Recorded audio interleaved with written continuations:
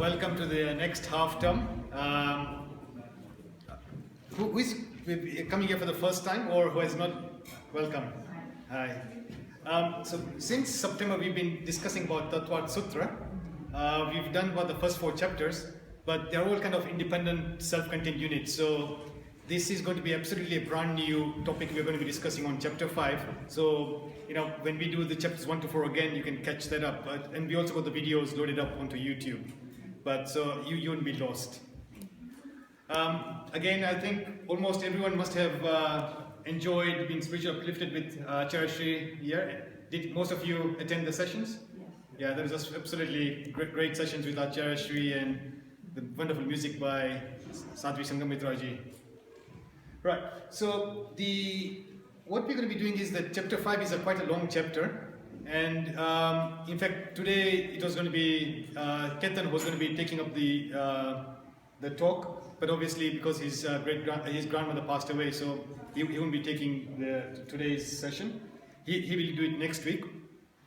And then Sandeep Bhai will take the next few weeks, and then towards the end of the term, I'll be taking the remaining chapters. It's quite a long chapter. So up till now, chapters 1 to 4 were discussing mainly about the soul, Atma. And so we started what is Samyak Darshan, the different kinds of knowledge which people, the soul can get. So the first 4 chapters were primarily focused on, and then chapter 4 was discussing about the Jain universe. So those were the kind of how it's been done. So now chapter 5 is mainly now looking at the non-living entities. So besides Atma, what is the non-living entities?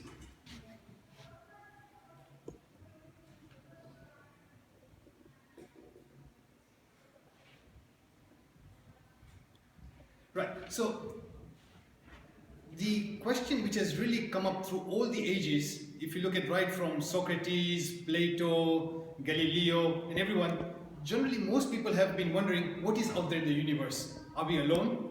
What is out there?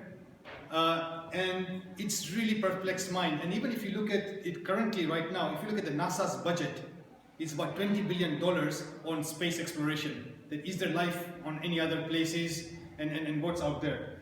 And quite sort of naturally, even the scriptures would like to say that, are we alone? So the scriptures have also spent a lot of time discussing. So if we looked at the last chapter, we looked at the Jain universe, and they discussed that,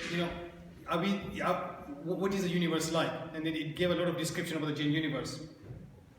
We are actually quite fortunate that the Tattvartha Sutra and many of the Jain texts gives us an extensive details about what's out there in the universe. And so the focus of this, and this is going to be the chapter. So basically what the Jain scripture says, that there are absolutely 2 things in the entire universe, not only Earth, but everywhere else. Living entities, Jeev, and non-living entities. So essentially that's basically the entire universe consists of only of these 2 entities. Something is living or something is not living. And so something which is living is Jeev. So that's fine, we understand that that's soul, Atma. Something which is non-living is called Ajeev. And within the Ajeev, then what are the different Ajeev? What's something which is non-living? And so something which is non-living is Dharmastikaya, Adharmastikaya, Astikaya, and Pudgal-istikaya. So these are 4 different substances which are non-living, and that is within the entire universe. So we mentioned it briefly last time when we were discussing the Jain universe. What's Dharmastikaya, Adharmastikaya? So Dharma, Astikaya. So Dharma does not mean religion. So Dharmastikaya, here it means that an auxiliary cause of motion, something which assists something to move. Adharmastikaya is something which causes something to stop. Akastikaya is something which is space, and Pudgal-istikaya is matter. So let's look at it very briefly. So essentially, now what we know that in the entire universe there are 5 substances. So there is soul, and then if you look at Ajeev, there are 4 different substances under Ajeev. So in essence, what the scriptures are saying, that in the entire universe we have got 5 substances. So soul, Dharmastikaya, Adharmastikaya, Akastikaya, space, and matter. Now, Dharmastikaya, how do we understand what Dharmastikaya means? So Dharmastikaya essentially means that something which itself does not move. So it is something which is prevalent in the entire universe, but because of that substance, it assists something to move. So for example, we know that force is equal to mass times acceleration. So it is that, so when you have that force, then actually you can have something to move. And we also know that because of friction, something will actually, if something is moving, that friction will actually cause something to stop. So things which we cannot see, but they are actually there in the entire universe. So for my hands to move from year to year, there has to be Dharmastikaya, and it's my wish for my hand to stop. So it's not a Dharmastikaya which is actually making my hand to stop. It is my wish, and then therefore, but because a Dharmastikaya is there, then my hand can stop. If it was not there, then if something was moving, it will just keep on moving. It will never end. So you need to have Dharmastikaya for motion, and you need to have a Dharmastikaya for something to make something stop. And the way they've actually described in the scriptures, how do they explain this concept is, for example, Dharmastikaya is like there is a fish in a pond or sea. The fish cannot move without the water. So that water is like Dharmastikaya. That it is the fish's wish that I want to move from point A to point B, and for it to move, it needs the medium of water. So it is that medium. So that's Dharmastikaya. And Adharmastikaya, how do they explain that? So for example, you're walking in a desert. It's like right now in India, it's about 45 degrees centigrade. You're walking in Rajasthan. It's absolutely hot, and you see a shade of a tree, and then you stop. So it is that shade of the tree which is actually making you want to stop and take a rest because it's very hot. So that's a Dharmastikaya. So it's something which is actually making you stop, and it's that medium. You have a tree, you've got a shade, and then you want to say, let me stop here. Another example is, for example, when we drive cars, before people had manual cars, you would have a clutch, brake, and accelerator. Even now, the manual cars, now we got automatic cars, the clutch has gone away, but you still need to have the brake and the accelerator. So these two things you still need. And that's exactly the point. The car's brake or accelerator does not go on its own. So you sit in the car, it just does not randomly accelerate and brake. The choice is yours. Do I want to press the accelerator or do I want to press the brake? So it's your choice. And so if you press the accelerator, that's like Dharmastikaya. It's making you move. And if you actually press the brake, it's actually going to make you stop. So you can actually conceptualize this notion as that the thing is that it's actually, because it's non-living, you cannot see it's like air. It's prevalent in the entire thing, but there's no experiments you can deduce you can only notice it by its effect. So it's not something you can say, okay, let me do some experiments. The experiment is that yes, because I move from point A to B, there has to be some medium. In the olden times, the Western philosophers thought of a concept of ether that said, what's in the space? So the concept of Dharmastikaya and Adharmastikaya is very similar to that kind of concept of ether. But again, the Western philosophers thought that, why is ether there? What is causing the ether to be there? So if there is to be a cause of ether, then they get into that cause and effect kind of conundrum. Jains say, you don't have to go, there's no cause and effect. It is there, and it's naturally there. No one has created this Dharmastikaya. It has been there since time immemorial. So that's Dharmastikaya, Adharmastikaya. Akastikaya is space, and Pudgal is matter, as we know. And so we'll discuss that in a little bit more detail later.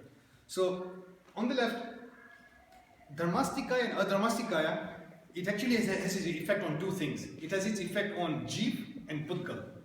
It does not have its effect on itself or on space, because space does not move, or space is all over the place. So the effect of Dharmastikaya and Adharmastikaya is basically is on Jeev and Pudgal.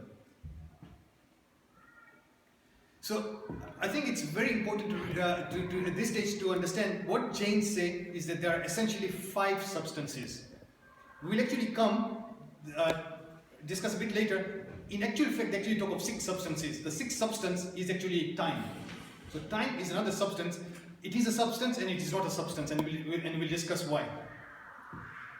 So from that point of view, it is quite reassuring that after all these $20 billion of space exploration, from our point of view, with the 200 rupees of Tattvartha Sutra, we can be rest assured that we know that what's out there in the universe is these 5 substances.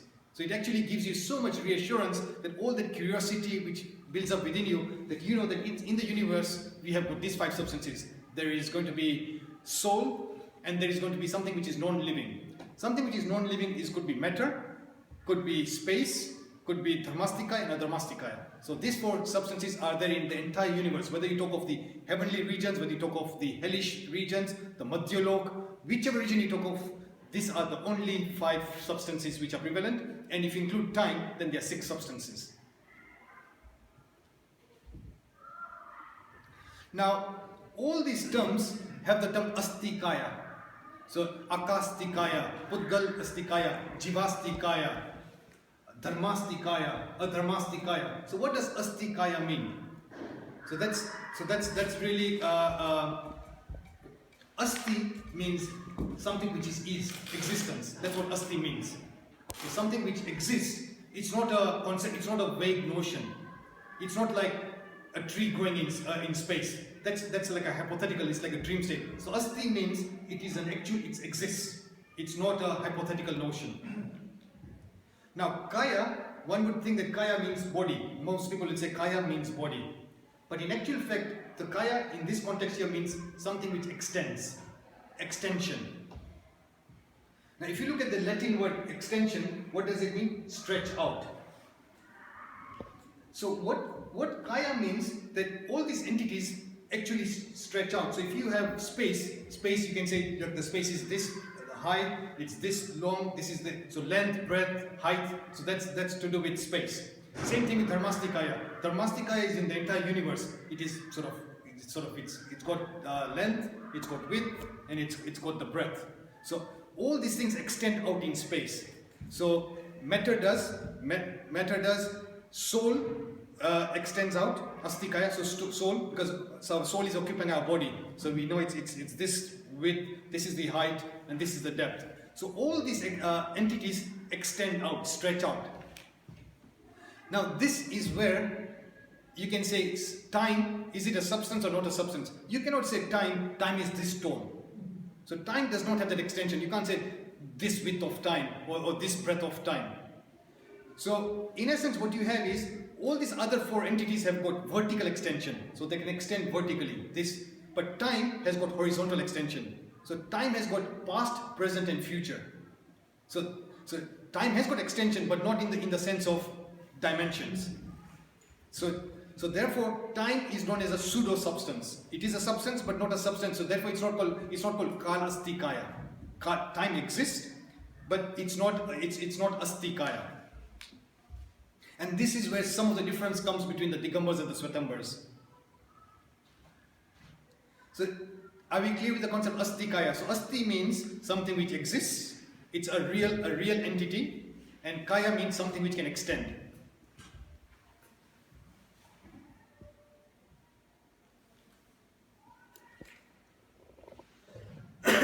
So now if you're looking at Sutra 2 of the chapter 5, it says Dravyani. So what it's saying that these 6 substances are called Dravya, and Dravya means substance. Now what is the meaning of substance? Substance in the Latin means standing firm, or it also means being of essence. So substance is something which is a real entity. So we can say this is steel, this is wood, this is plastic, these are different substances. So each one of them exists. It's got its own properties and it's got its own form. So we can say these are different substances: steel, wood, cloth. You can have different substances. So from our point of view, we have got these 5 fundamental different substances. We've got Pudgal matter. Matter is a substance. It's got its own properties. It's got its own qualities. It's got its own modes. Dharmastikaya has got its own properties. Adharmastikaya has got its own properties. Space has its own properties, and soul has got its own properties. So all these substances are independent, different, and they are called as substances, and they are real. So all substances are called real or sat, as they exist. So another word in the scriptures is used quite commonly is sat. So in a way you can say that Dravya, which means substance, Sat, they're all synonyms for something which exists.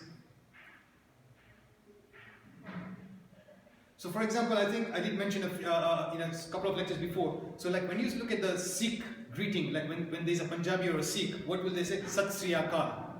So Sat, and what does that mean? Kal means time, Akal means eternal, there is no time. And Sat means truth or reality, so truth is eternal. So that's what Sat Sri Akal tends to mean. So when a Sikh greets one another, Sat Sri Akal, so Sat means truth or reality, Sat Sri Akal. Akal means, Kal means time, and Akal means something which has got no time.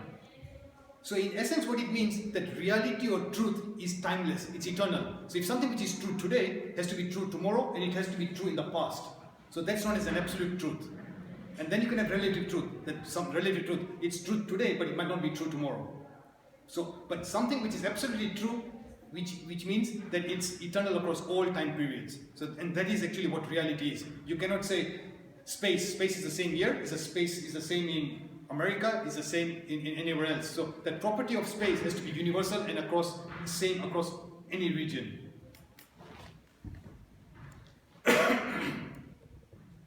So what chapter 2 has said is these are substances. So each of these, Jivastikaya, Dharmastikaya, they are all substances. And substances is called Dravya.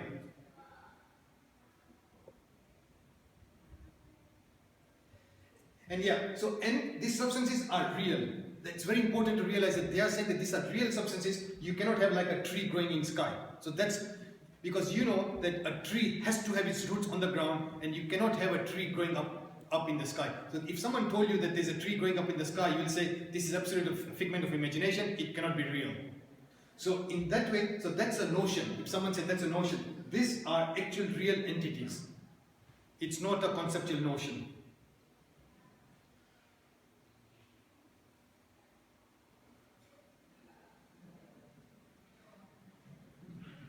Okay, for anything which exists, can you think of any generic property or properties? So anything which is living or non-living, are you able to describe that? If anything which is living, what are some generic properties? Can you give any properties of anything which is living or non-living? What should be some of the common properties? Mass. Okay, so if you think of mass, then that means what we know that Jeev, soul is a substance. And we are talking about all substances, right? Living or non-living. So soul is a living entity. Do you think soul has got a mass? There was actually in the scriptures, it was written that King Pradeshi, he actually didn't believe in the soul. And what he did was that he actually got lots of prisoners, like all the people who were against his kingdom. He got his prisoners and he really wanted to find out whether the soul exists or not. And he tortured them. So what he did was, he actually put some of the prisoners in a glass enclosure, and he says, okay, now he's sentenced to death, so I might as well, he's going to be die anyway because I've sentenced him to death. And he then said, let's weigh this person before he's put in the glass cage, and we'll weigh him after he dies because he's going to suffocate and he's going to die. And they found there was no difference in the weight before and after. And from that point of view, he then he concluded that, there shouldn't be anything like a soul because, I cannot see the soul and look at the weight, the weight is the same. So he used that in a way to make himself believe that there is no soul. But if we believe that there is a soul, if someone took you, and if you have got a very firm faith that Apna Atma che, if someone took a weight before death and after death, they'll find no difference. So we know that soul has got no mass. So that cannot be a generic property of any substance. It could be true of matter. Yes, matter has got, but we are talking of all this, we are looking at all those 5 substances. Jivastikaya, Akash, space. Does space have any mass? Space has got no mass. What is the weight of this space around here? Jeev and Rajeev, the common property is that Jeev has got gati, it's chal. Rajeev is not having the gati or it's achal. Movement, you mean movement? In a way, it's Chal movement, means not necessarily the physical movement or kind of the atma moves from one body to others. Yeah. That's again one kind of movement you can say. So what you're saying is a general property of all substances is movement. Jeev, એવું કહેવાય જીવ એ ચલ હોય અને અજીવ હોય એ અચલ Yeah, but what we are looking at is a common property for across all substances, living and non-living. So I don't want a difference that this has got this property and this has got this property. What is a common property for anything which is living and non-living? The two that I'll mention. One is the living and the non-living are eternal, Okay. so always existing. Yeah. And the other thing for both of them is that both exist within the universe, not outside of it. Okay. So you hit one of them. So one point which you did very well is that they are eternal. So that's perfect. That's one of the answers. So there are two more things which are still common. But if anyone else can come up, so that eternal is one. Yes, that's very true. That anything which is Jeev or Ajeev has to be eternal. You cannot see them. You can see matter. Astikaya, so you can see, but others you can't see. Soul we can't see. The space, okay, we can feel it, but you can't see it. But matter we can see. Matter. So that's still not a generic property across both of them. Indestructible. So Cannot destroy them. But that's the same as it's eternal. this is expansion or volume. They contain a certain volume. The soul is within a body. Yeah. The space is. Okay, that's fine. But for example, Astikaya and Pudgalas, if you look at the other ones, they are within a confined space. So, So within that, they still exist within that. So there is a volume within that space. okay, that's a fair point that the Atma exists somewhere. All these entities, space, Pudgal, they all have to exist within a certain dimension. Okay, so that's, I think, to do with existence. It exists somewhere. Okay, that's a fair point. Yeah, that existence is fine. Anything else?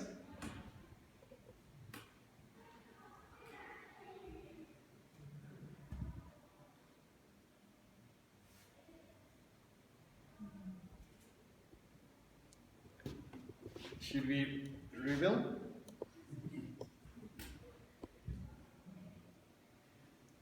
So the properties which are common for all living and non-living entities is origination, cessation, and persistence constitute existence. So let's see what it means. It's actually believed that when Gautam Swami and the Ganadhars went to Lord Mahavir and they asked Lord Mahavir, can you please explain to us what is reality? And Bhagavan Mahavir essentially uttered three words. Utpad, Vaif and Dravya. And on the basis of these three words, it is believed that most of these agams have actually came up. So the Ganadhars then just thought about this concept. That what are these three words? So when Lord Mahavir gave the answer that what is reality, and he just said these three words, and those three words actually mean origination, cessation, and persistence constitute existence. So that's reality. So that's all what he told the Ganadhars. That if you want to know what is reality, that reality has got these three properties: origination, cessation, and persistence constitute existence. So if you look at any of these properties, so let's look at matter. Matter is made up of small particles of atoms, molecules. So those molecules will always exist. They'll never get destroyed. But they can be transformed from one form to another form. And that essentially is the basis of science. The principle of conservation of matter, or the principle of conservation of energy, which says that matter or energy cannot be created or cannot be destroyed. It can only be transformed. And same with the same as what Jains believe in. So what they say is that substance will always exist. If I'm a soul, my soul is always going to exist. If this is matter, the matter is always going to exist. So that exists the permanent part. So that substance will always exist, but the modes will keep on changing. So this is say a table right now. You can break down this and make it into a chair or a bed. So the form of it might change. But you cannot, the particles of this wood will always remain particles of this wood. So that there you have that constant permanence. But the modes will keep on changing. Another simple example would be gold. The molecules of gold will always remain as gold. So that's going to be the persistence. is always going to have that properties, melting point, boiling point. All these properties of gold will always remain the same. But you can change the gold from a earring to a necklace to a ring. So you originate something, you can melt the gold and you can make, so now it's stopped and then you can make something else. So the beginning and the sensation. So now this was a bangle, you melted the bangle, so that stopped, and then you made something else out of that. So the origination and cessation will always keep on happening, but the persistence of that substance will is always there. And so that essentially is applicable to all the entire substances. So for example, one can think that how does this notion apply to something like Dharmastikaya? The Dharmastikaya is a substance. So that's always going to be as a substance, persistence. So what's the origination and cessation of Dharmastikaya? What that means is, in this space here, right now, I was not moving, but now I've moved. So it's changed. So right now this was stopped, but now I'm going to be moving it. So the destruction of this space, and now I'm going to be moving my hand, and then again I want to move it back here. So there's always movement occurring within that. So this always happens.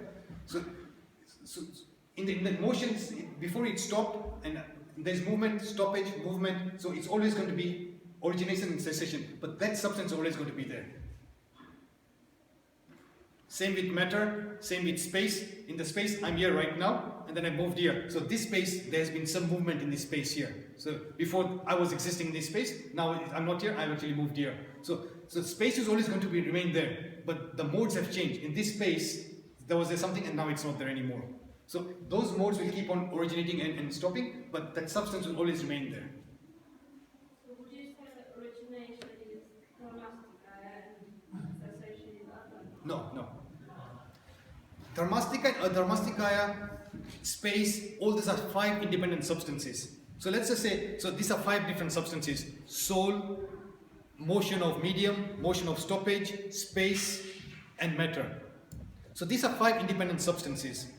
Each of these substances will have persistence. They'll always have that persistence, and each one of them will always have that origination and cessation.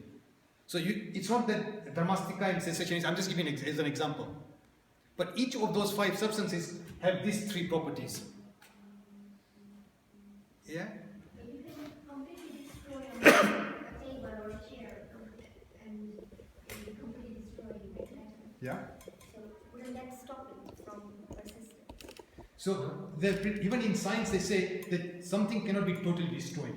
Total destruction means that these particles of wood are absolutely destroyed. They just don't exist anymore, and you can't have that.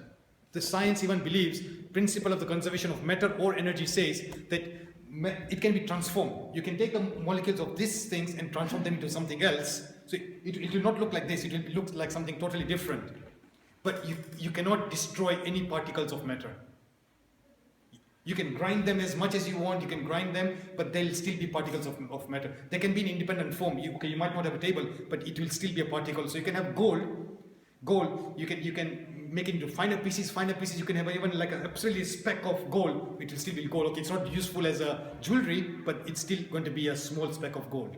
What if you burn it? It will be liquid form of gold. The wood.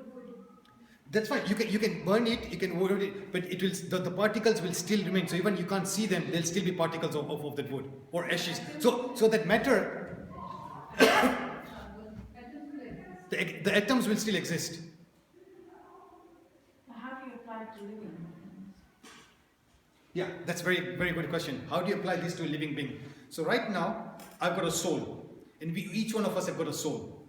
So what Jains believe that each one of our soul is permanent. So it has never been created, it cannot be destroyed. So that's what Jainism says. So Why do you have origination and cessation? yeah, exactly. Yeah. So I'm coming to that. So as a soul, as a substance, the soul can never be created. So we don't believe in that creation of Brahma, the Hindu philosophy that soul was created at any point of time. So each one of our souls, or each one of the souls existing in the entire universe, has not been created or cannot be destroyed. So it's always going to be, as a substance, is always going to be permanent. Now, where does the origination and cessation come from? That comes from the modes. And what the modes mean, as per our belief, per our philosophy, we believe that I had a birth before, I've got birth now. After death, I might be born as something else. So right now we believe in the 4 gatis. Jains believe in the 4 gatis, that until we get to moksha, we are going to be moving in the 4 different life forms. Either Oh, I see. human form, animal form, plant form, heavenly beings, or devilish regions. So the soul is constantly going to be transforming. So right now you are born as a human, in the next birth you could be born as something else, and so that is going to, so that's always origination and cessation of those modes of your soul, until you get liberation. So after liberation, we lose these 2 properties, yeah? It's very interesting. I thought about it, and essentially, I mean, this is my personal view. It's not given in the scriptures. So when I thought about it, is when we say that once when you go to moksha, how does this? Because this is applicable under all circumstances. So when you go to moksha, what it means is that your soul is going to be there forever, because now you're not going to take any birth. So that's your permanent blissful state. So where does this origination and cessation come across in that state? Because now you're not taking a birth as human or animal. And the answer I came up with is that once when you're in moksha, you have actually got infinite knowledge, right? You've got infinite knowledge when you're in moksha, which means that all the activities which is happening in the universe is still come. So like right now, you are sitting here, then you're going home. So the soul up there is able to perceive all the different changes which is happening in the universe. They're in their own state, but not only do they have their own knowledge, but they can also see what's in the universe, in the entire universe. So that's changing all the time.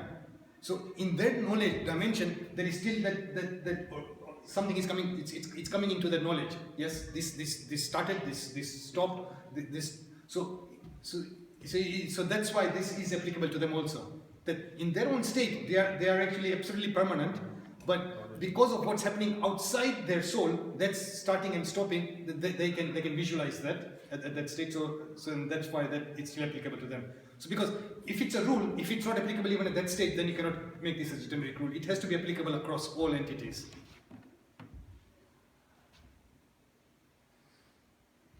What it means, like we have all taken Jain.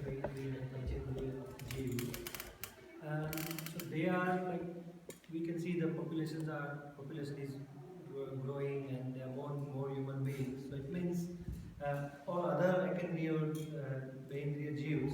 So like all the numbers are same, the numbers of souls existing, they are same and they are just moving. Interesting question. Yeah, it's an interesting question. In fact, the topic today which Ketan was going to be talking about was about this. When you look at chapter 5 in the Tattvartha Sutra, there is an appendix given at the end of the chapter which is talking about the numerology. How do Jains define numbers? How do they count numbers?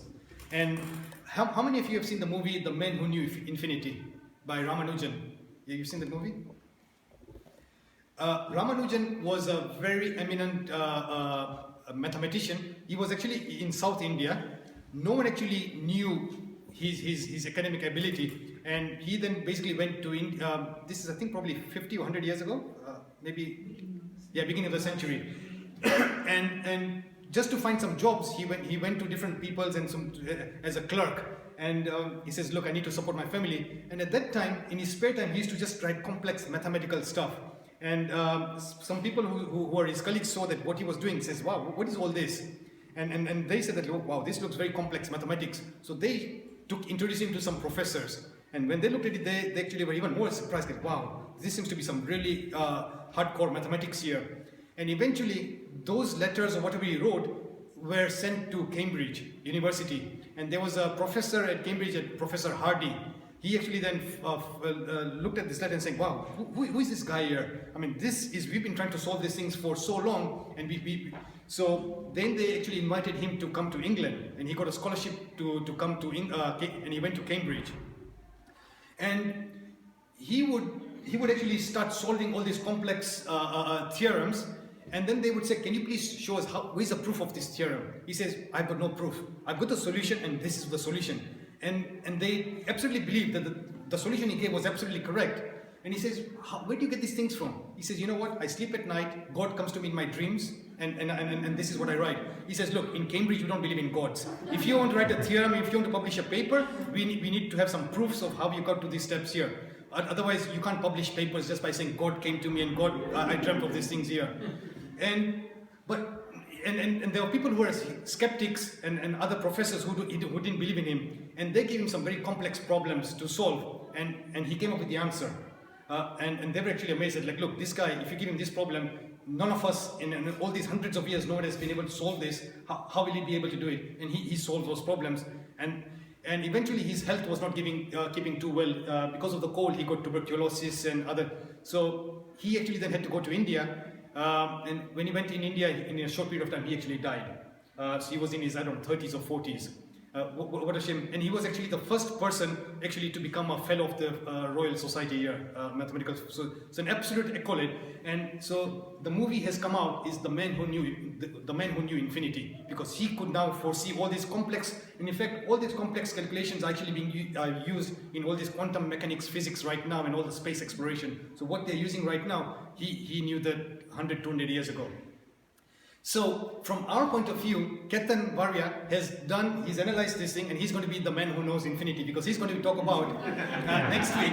He's going to talk about next week about what do Jains believe in infinity? Is it just one infinity? How are the numbers?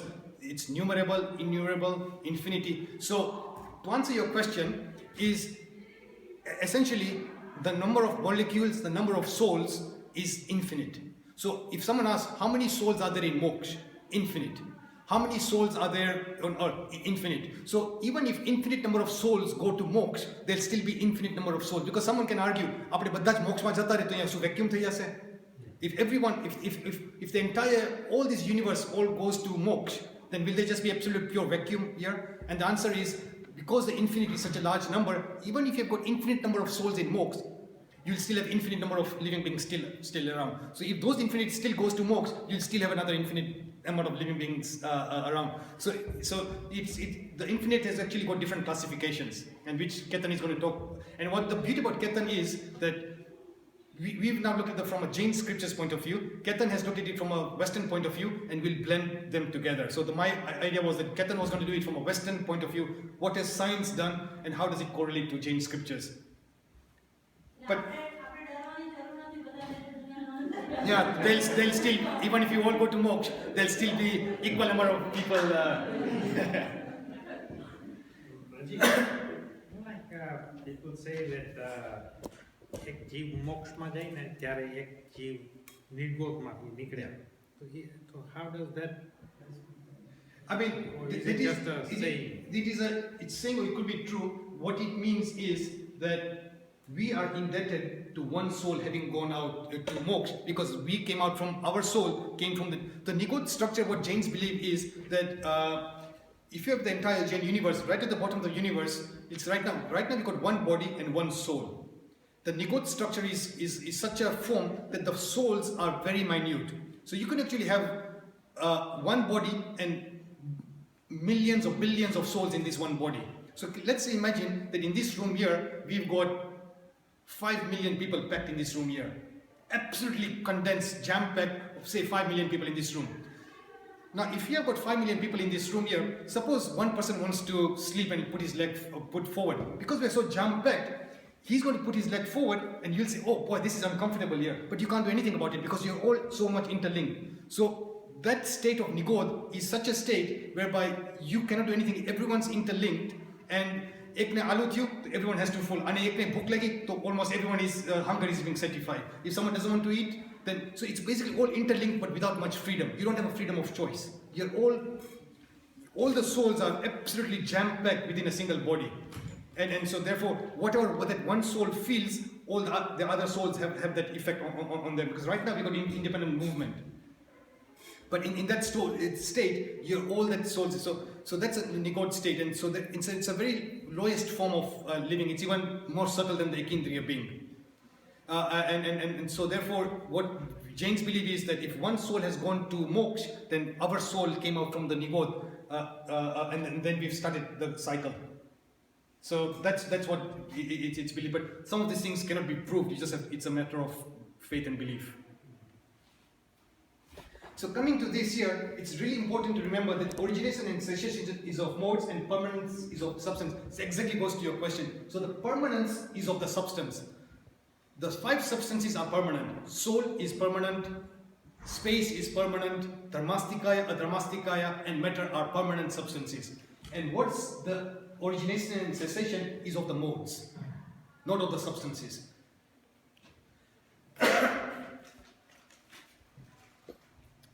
Now, it's so important that this concept of origination, cessation, and permanence has been so critical on the Jain philosophy that, as I mentioned earlier, that Lord Mahavir gave these 3 words to these to the Ganadhars, and they composed the agams based out of these 3 words.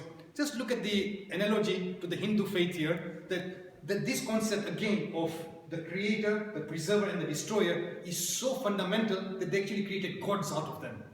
So, whether these gods exist or not is based on the Hindu faith, but the same concept is so fundamental and so critical. For Jains, that this is how we believe or we understand our substances, and the philosophies rest on this, and for the Hindu faith, they actually got the same concept and personified as gods.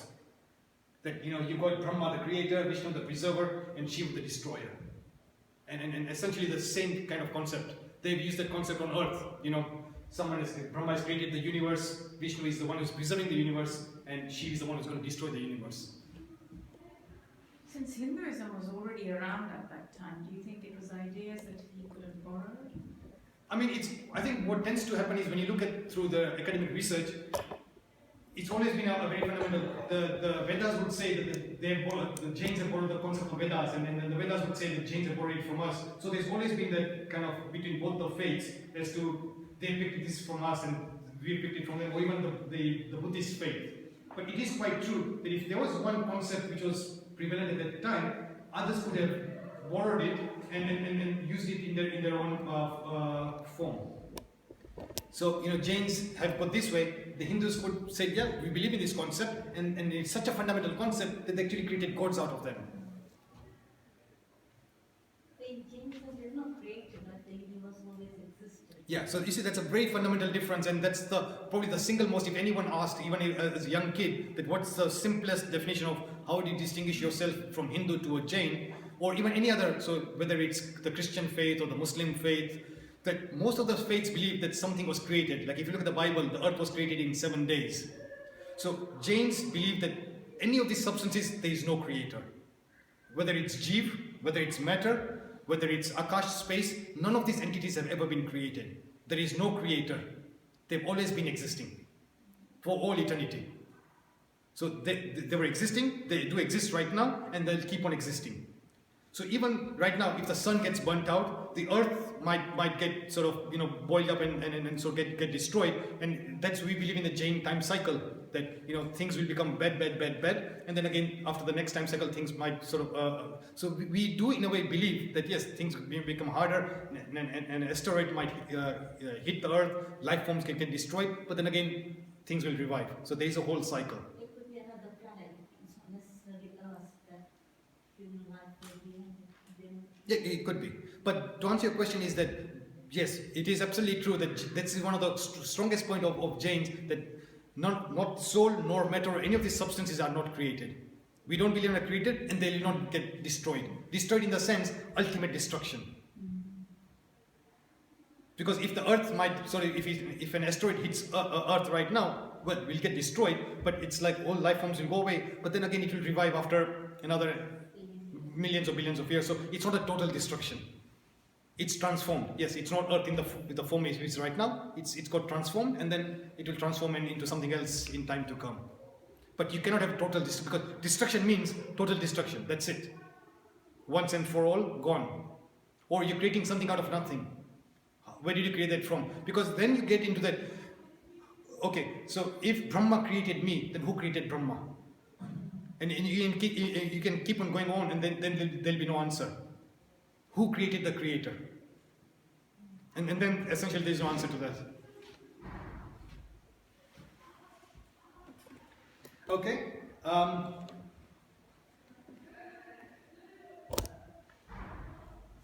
Alright, so we've now said that origination, cessation, and persistence consisted existence. Now, let's look at what is a substance. So now look at a substance is something which has got qualities and modes. So that's something to understand. That's what substance is. We've looked at it. So as a substance, we know gold. Gold has got its own color, appearance, melting point, boiling point. So it's got its own qualities. And what's written in the scriptures is gun. And a gun suche, and a quality suche. So that's gun. And what does a substance have? Modes. That's called Paryaya.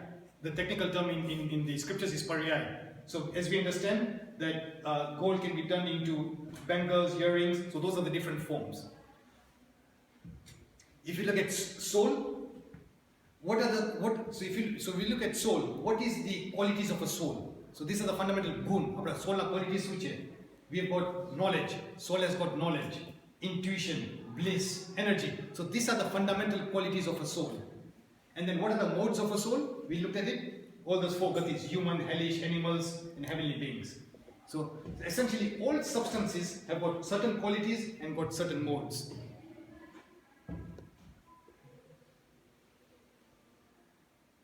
Yeah, so we looked at this. Alright, so just a small excerpt from Professor Chakravarti, and if I just read quickly, he summarized in a beautiful way the characteristics of a Dravya. So Dravya we mean substance. The term Dravya denotes any existence which has the important characteristics of persistence through change. Persistence means something which is permanent, and then through change, the modes. So persistence through change. There are 6 Dravyas, so there are 6 substances, including time. So 5, and then including time is 6. Amongst the 6 Dravyas, 5 are Astikaya. So we've seen that, except time, because time has got horizontal extension. So all 5 of them are Astikaya. Though manifesting themselves in multivarious forms, they maintain their permanency. Kal is not an Astikaya, but like Astikaya, it also possesses the characteristic of persistence through change. So it's also known as the Dravya. So they are the 6 substances.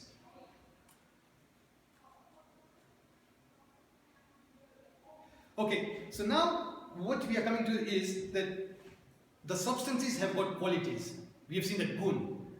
So any substance, so what Jains have given up something very interesting that says all these 6 substances we talked about, they've got some qualities which are common to all of them. It's same qualities across all the substances: space, matter, Jeev, Dharmastikaya, Adharmastikaya. So these are known as universal qualities. These qualities are the same across all the different substances, and there are some which are known as specific qualities. So which are the universal qualities? Same qualities across all these substances, Dharmastikaya, Adharmastikaya. So these are the qualities across the same. And the first one is the eternal existence. They always are going to exist for all eternity. So space is always going to remain there.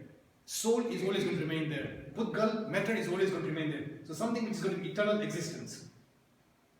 The second one is causal efficiency. So this, as we know, that any of these substances have got these modes, something which comes up and something which gets destroyed. So that's known as cause and effect. So that's always going to remain in all this. Okay, I would argue. So what was the cause of this? Because of this effect was because of this cause. And this cause, so like for example, if you look at our soul, I was born into this gati year. Why was I born into this gati year? Because I did these actions here, I did this karmas here, which made me go into this gati year. So there's cause and effect. That I did this and I got this, I was born in this particular region. So that's going to always happen there. It's cause and effect. And that's applicable to the modes, but not to the substance. Subjectivity. It's very important that this substance are almost like a base. That you cannot say boiling point, but boiling point of what? Of water, of gold. So you need to have a substance. So the qualities and the modes have to have a substance, have to have a base. So that's the subjectivity. That you need to have a base layer. Without that, something cannot exist. So right now we can say was born as a human. But what was born as a human? The soul was born as a human. So you need to have the base. So that's the subjectivity. Objectivity becomes an object of knowledge. So these substances, they are not hypothetical. So they are known as, they become an object of knowledge. You can study them, you can understand the properties. So therefore they are an object of knowledge. So this is common to all the substances here. Extension in space. And we know that for time, it's horizontal extension, it's not vertical extension. And persistence and permanence. So we know that the substances are always going to remain. The specific qualities will differ for each substance. So what are the specific qualities? So those are the generic qualities. So the specific qualities were for soul, chetanatva, consciousness. So that's a very specific quality for soul. Matter does not have that, consciousness. Only soul has that. Amurtatva. immateriality. So soul does not have the properties of this touch, taste, color and smell. So soul does not have the properties. So the soul has got the property of consciousness. So that's the property of the soul. It's a specific quality of a soul. What are the common specific qualities of space, Dharmastikaya and Adharmastikaya in time? First of all, they are unconscious. So they are Rajeev. And second thing is they are amurta, they are immaterial. So again, they don't also have form. They don't have touch, taste, color and form. And out of all the Rajeev, the only one which has got the materiality is Pudgal, matter. So the Pudgalistikaya is unconscious, it's non-living, and it's the only one which has got the materiality. By materiality, which means taste, touch, color and smell. So you can see them. Anything else you can't see. So body I can see because it's matter, soul I cannot see. So that's Murtatva and Amurtatva.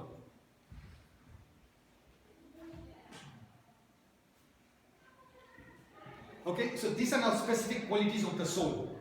Knowledge, bliss, right belief, undisturbable due to the Vednya karma, Avaga, Abhurlagatva, and Sukshma. I mean, I don't have time to go through because it's 9:15, but these are specific qualities of the soul, specific qualities of matter, touch, taste, color, smell. Dharmastikaya, the specific quality is medium of motion. Adharmastikaya, medium of rest. Akash, the definition of space is that which accommodates itself and others. So that's the definition of space. What accommodates itself and others is called space. And time brings about modifications. So what's the function of time? Change, modifications occurs because of time. Now, so let's look at, when we look at the substance, we look at the qualities, and now we have got the modes. Paryaya. So what is Paryaya? Paryaya, according to Acharya Tulsi's definition, mode means forfeiture of the precedent and appropriation of the succeeding state. What does that mean? Right now I'm a human. When I go to the next birth, this human body is going to get forfeited. I'm going to forfeit this human body and I'll get another body. So this will keep on happening. So that's what modes mean. The stoppage of something which was and the beginning of something else. So cessation and origination. So that's what you mean. So that's what modes is. Now, the scriptures have actually got two further subdivisions of Paryaya, modes. Intrinsic Paryaya and extrinsic Vyanjan and Arthya Paryaya. That's exactly what it means by modes. If I looked at a picture when I was a 5-year-old, and if I look at it now, you'll say, oh, wow, he was a child and he's now. So you could see the change. Wow, this is how you were when you're 5 years old, and now this is how you are right now when you're 50 years old. So you can make a difference. So that's an extrinsic. So any change, very gross, you can see the change. This was UK or 50 years ago, this is now happening now. So those are changes we can observe.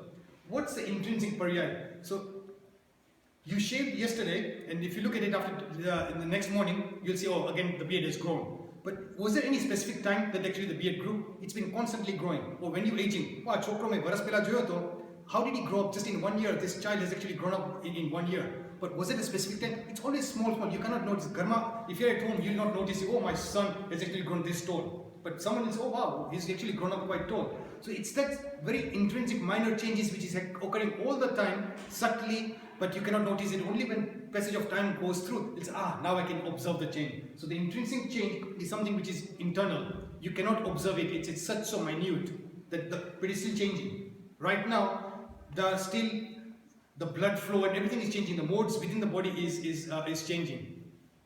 In fact, it was a very interesting question asked to Lord Mahavir. Someone asked him, are you living or are you dead? So someone asked, when he was there, can you please tell me, Lord Mahavir, are you living or dead? He says, I'm both. Because I'm talking to you, I'm living, but within me, there are some living dead cells within myself. So I'm also dead. So within me, I've got both. I'm living and I'm non-living. I'm dead, both together.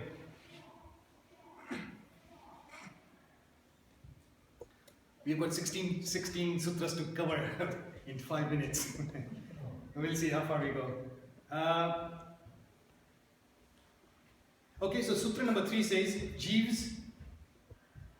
Jivascha, which is, it's all what he's saying is Jiv is a soul, is a substance, Dravya, and is an Astikaya. So we've seen that. That's the sutra number 3 is just affirming that substance, the soul is a substance, is a Dravya, and it's also an Astikaya.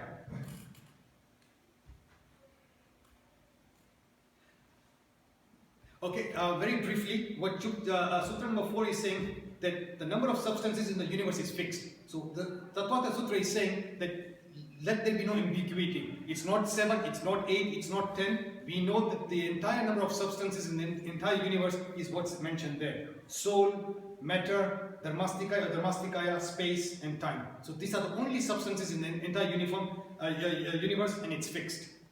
All except matter are devoid of touch, taste, color or smell. So everything else in the universe does not have any taste, touch, color or smell except for matter. So out of all these things, time, space, our soul, none of them have got these qualities of touch, taste, smell or color except for matter. Matter is the only one which has got that property. So now it's saying, let's explain that what is the property of matter? And we know that matter has got this, according to Jains, we've got touch, taste, color and smell, and then Jains further divide that how many types of color? 5. Black, blue, red, yellow and white. If you look at the science, what kids learn in school, that we believe they are primary colors. So even modern science says that there are 3 primary colors, red, yellow and blue. Jain adds an extra 2 colors, that black and white are 2 separate colors. Taste, 5 forms of taste, smell, pleasant and unpleasant, and touch, hot, cold, viscous, dry, hard, smooth, light and heavy. This is another actually separate topic. I mean, we can have another discussion on matter, and it's very interesting to note that just based on this concept here, how they've divided that right now Jains believe that karma is also matter. So why can't we see karma? Because we know that if I can see, if this is Pudgal and karma is also Pudgal, why can I see this and I can't see the karma? And it's very interesting to see, they've given the classification that some matter has got all these 8 properties, but some forms of matter have only got 4. They've got hot, cold, viscous and dry. They don't have hard, smooth, light and heavy. So some particles of matter do not have those 4 categories. So if something is not, they don't have the property of light and heavy, which means they don't have any mass. And if something has got no mass, that means you cannot detect them. So karma has got these 4 properties, hot, cold, viscous and dry, but that particle of matter of karma Pudgal does not have those other 4 properties. And therefore karma can never be detected. It's always with the soul and it does not have any mass. And so but that's again, as I said, that's a very, if you look at matter, Pudgal, the word Pudgal comes from Pulan and Galan. Pulan means fusion and fission. So the property of matter is always fusion and fission. So we know that in matter, all the molecules come together and you can separate them. And so that's where the word Pudgal comes from. Inherent property of matter of Pulan, fusion and fission. It's chemistry in play. The smallest indivisible part of Pudgal in Jainism is called a Parmanu. So conceptually, right now when we talk of an atom, then you can say you can have a proton and a neutron. According to Jainism, these are still very big molecules.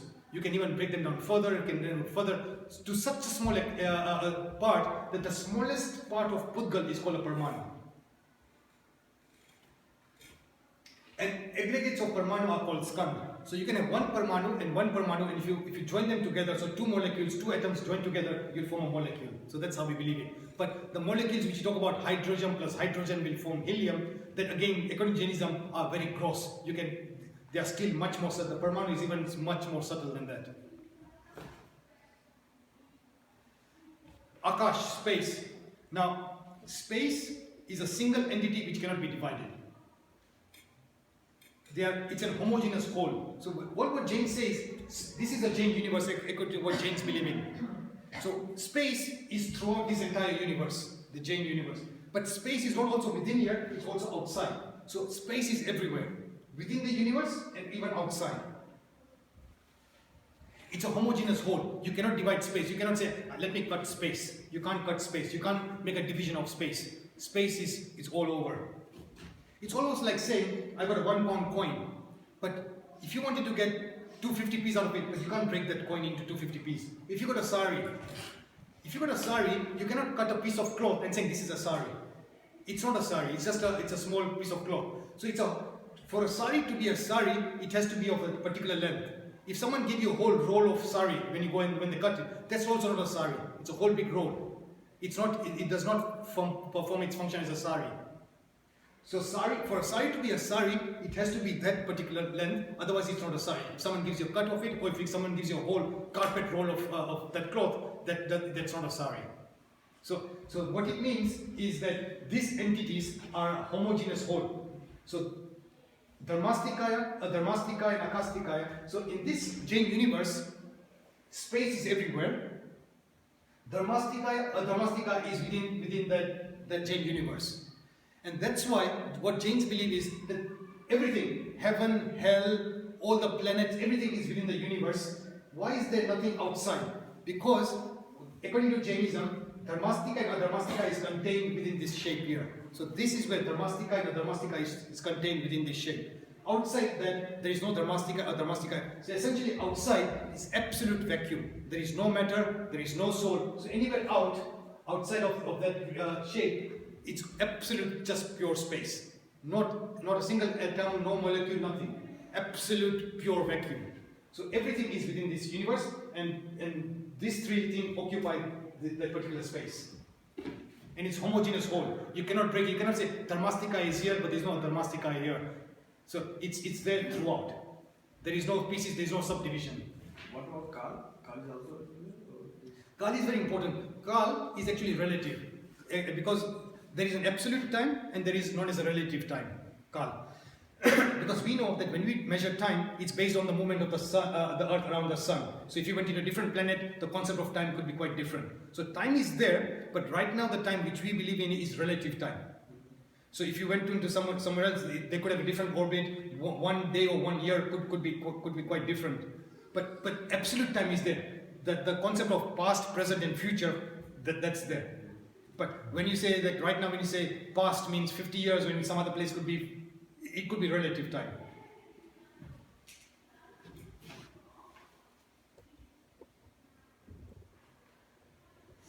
Right, space. So these substances are stationary. So all these stations, Dharmastikaya, Adharmastikaya, and Akash, they are stationary. They don't keep on moving. They are within the entire Jain universe. Although they are motionless, like all substances, they are dynamic. But within that location, so it's like clouds. You have got space here. You got the sky. The sky is there. The clouds come and the clouds pass away. So it's dynamic. In that space, there was something there, and then something passed away.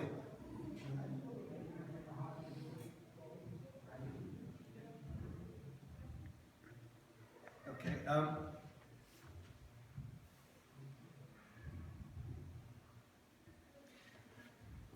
There is another concept within the scriptures which calls of Pradesh. Now, what Pradesh means is that when you got anything, when you got the table or when you got even up the soul, so right now we know that right now the soul is occupying the size of my body. But you can then say conceptually that you can have you can divide half the soul, a quarter of the soul, that the tip of my toe, the soul at the tip of my toe. So you can have a conceptual concept of saying that what is the smallest part of that unit. So if you have got Akash, if you have got Dharmastikaya, Adharmastikaya, we know that you cannot cut them, you cannot divide them, but conceptually you can say, yes, the space is very large, but this is one centimeter cube of that space here. So Pradesh is known as a unit of that entity, but it's conceptual. You cannot break them. In this you can break it. You can say this is a dimension here, let me cut off 1 centimeter cube of this one here. So you can say this is a unit, this is a Pradesh of this. But for these other ones, it's a conceptual notion. So it's not a real unit. You cannot say, can you please give me 1 centimeter cube of this space here? You can't. Space is there all the. So it's a conceptual notion.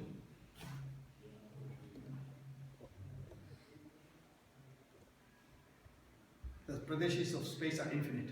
The Pradesh, what it's saying is that space has got infinite number of units, because space is not only here, but space is everywhere else. Dharmastikaya and Adharmastikaya is contained within this fixed boundary. So how many units are there?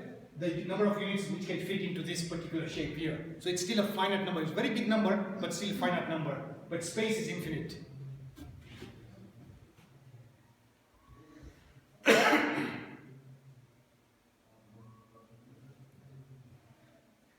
interesting topic. I'll go through it very quickly. Now, essentially, you got these 5 different circles with different colors here: blue, yellow, green, and purple. Now, what is very unique in Jainism, it says what you can now do is you can take that yellow and superimpose on this one here. You can take the green and superimpose on this one here. You can take the paint point and superimpose on here. So you can keep on adding into this. So what Jain says is a very unique feature, that in one space, so if this is the amount of space here, how many things can I fit into here? I can fit in infinite number of molecules into here. Because essentially what it means is, if you pile out something on top of each other, it will keep on growing. But all what it's saying is that in the same space here, I can have not only one molecule, but I can have infinite number of molecules. And as you can see here, you can keep on adding to this particular region here as many number of colors, circles. You can 1,000, million, billion. You can keep on adding, but this you can just keep on adding. And essentially, if I just say, for example, went like this, oops.